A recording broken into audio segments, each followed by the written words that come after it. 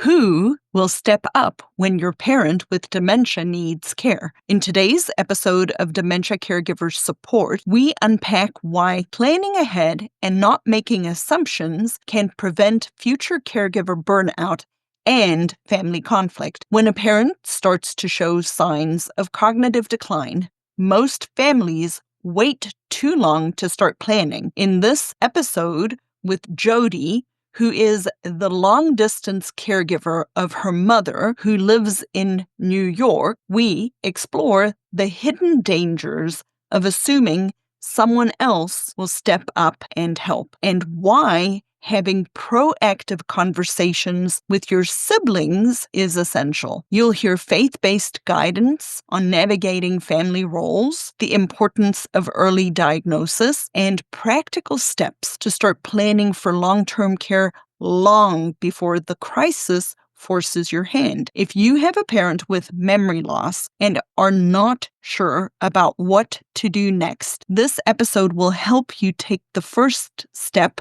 with confidence and clarity. Hey, Christian Care Companion. Welcome to Dementia Caregiver Support for Christians, the podcast where I teach Bible-believing Christians how to think differently about dementia caregiving.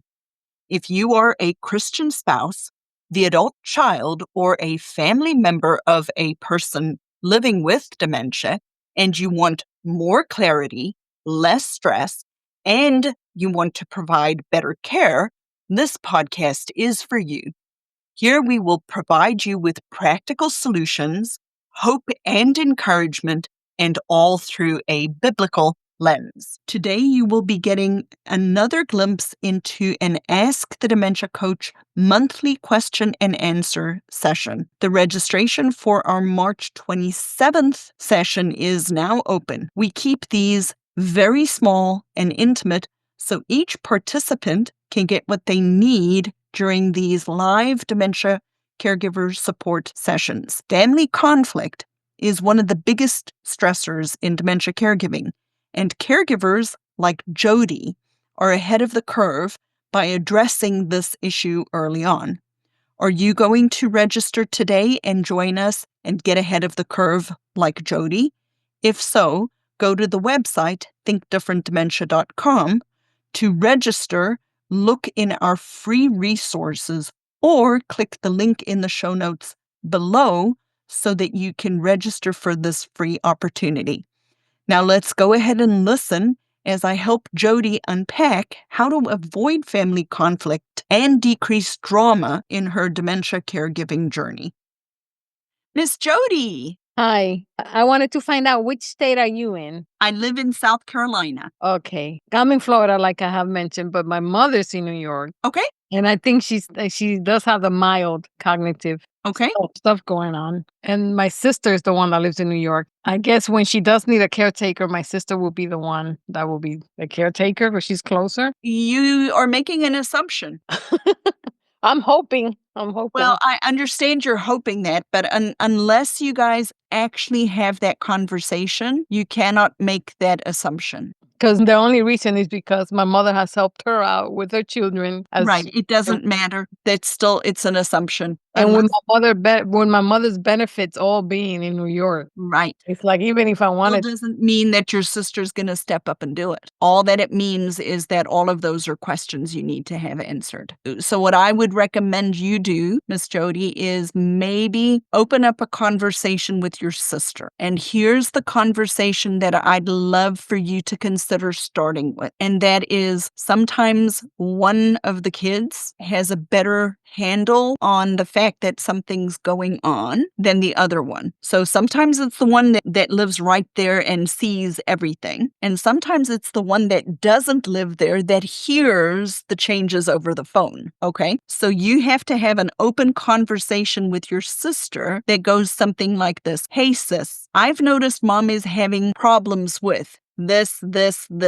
Have examples. Don't just say mom's having trouble, but have very specific examples. Mom's having trouble every single time I call her. She is repeating the same story 20 times in the same conversation. Every single time I tell mom a story about something, when I talk to her the next time, she doesn't remember I told her, whatever the situation is, right? Specific examples. Have you seen these changes? What are you noticing? Because I call them the ostrich. Sometimes caregivers, care companions are ostriches. They stick their head in the sand and they hope it goes away. They go, la, la, la, I'm not hearing it. I'm not seeing it, because if I hear it or see it, then all of a sudden I have to do something about it, right? So as long as I ignore it, it's not my problem, not my circus, not my monkeys. I don't have to deal with it. So your sister might be an ostrich. She's busy with her kids, with her family. She's got her head stuck in the sand, just saying, I don't want to deal with this because somewhere in my body, I know this is coming. And as long as I don't say nothing, it's going to go away, right? So your first step, Jodi, is to have a frank conversation with your sister that you have noticed changes. The second thing is, if your mom hasn't been diagnosed, is trying to get her in and getting some form of a diagnosis. Dementia has a cognitive loss, not even just dementia, has a significant stigma. People do not want to talk about it, and I understand that. But time is brain. The longer we wait, the less time we have to prepare, the less time we have to prevent things from getting worse. There's so many things that we are losing the ability to educate ourselves, to educate your sister, yourself, the community around her. And in that process, I believe we do a lot of harm to the person because we're not in tune to it. So we say things, and I know this to be true because I did it. When my mom started having early changes, I didn't pick up on them. And I said things like, but Mom, you've told me that, all of these things that we say, but Mom, you're losing it. Whatever the words are that we use, and the person becomes anxious. So when my dad started to have changes, I noticed it sooner, and I made other mistakes, but I didn't make that mistake. So every single time my dad tells me the exact same story, I make like it's the exact first time and respond cheerfully and just tell him without getting annoyed. And it's a skill. And so we, not you, like we, the people around a person with cognitive changes cause a lot, I believe, of the things that we see later on because we don't acknowledge it earlier on and we don't treat it. And I'm not talking about medical treatment, but we're not doing the strategies or techniques to maintain that relationship, because if we break that relationship with the person where they're getting angry at us or they're frustrated or annoyed or fighting us we're fighting the whole time, that's what they remember later on. So we have to maintain that relationship. So conversation with your sister, try to find and seek a diagnosis, and have an open and honest conversation with your sister that if your mom has dementia, which we don't know that she does, but if she has dementia and if she lives long enough, like Jamila that was just on the call, whose mom is 96 years old, if she lives long enough, she will require 24-hour supervision. And if that happens for your family, what does that look like? What are your options? And I'm just making up stuff. I'm not saying that this is what you should do. I'm just literally making up options. Does she move to Florida to be with you? Does she move in with your sister? I'm just telling you what the options are. Right, that already. Do we plan for already now an assisted living? Do we pay for 24-hour paid caregivers? What is the plan? And start to build out that plan. How old is your mom? 82. 82. So she's also likely already lost that window for Medicaid planning. Well, she does have Medicaid. So she does have Medicaid. Good. So Medicaid then becomes an option to tap into for your mom. So what that could look like is, if she doesn't live with your sister, can she go to a Medicaid assisted living facility? Or, those opens up other resources for you. But the first step is just a conversation with your sister. Yeah, I mean, my sister's aware of it, and she taken her to some doctor's appointments. My mother doesn't have a diagnosis yet. Right. But for me, it's hard because I'm in Florida and I really can't help much because I understand. I can't take her to their appointments and I can. But you can help. And let me tell you how you help. And this is going to sound so stupid, Jodi, but I promise you, you have no idea what value this has for your sister. My sister lives in New Hampshire and I live in South Carolina. I live 10 minutes from my mom and dad. I'm boots on the ground, right? And when I call my sister, who's younger than me, so I can bully her, right? When I call my sister and say, this is what we're doing, my sister's exact response every single time is, you know better than me. You're the one that's there. You see what's going on. I will support you. That is such a valuable gift that you will give your sister, because even if you don't agree, even if you totally don't think it's the right move, right? If you do that for your sister, you will take that burden off of her because she is boots on the ground. She is the one dealing with it on a daily basis. She's the one that's seeing what's happening. Right?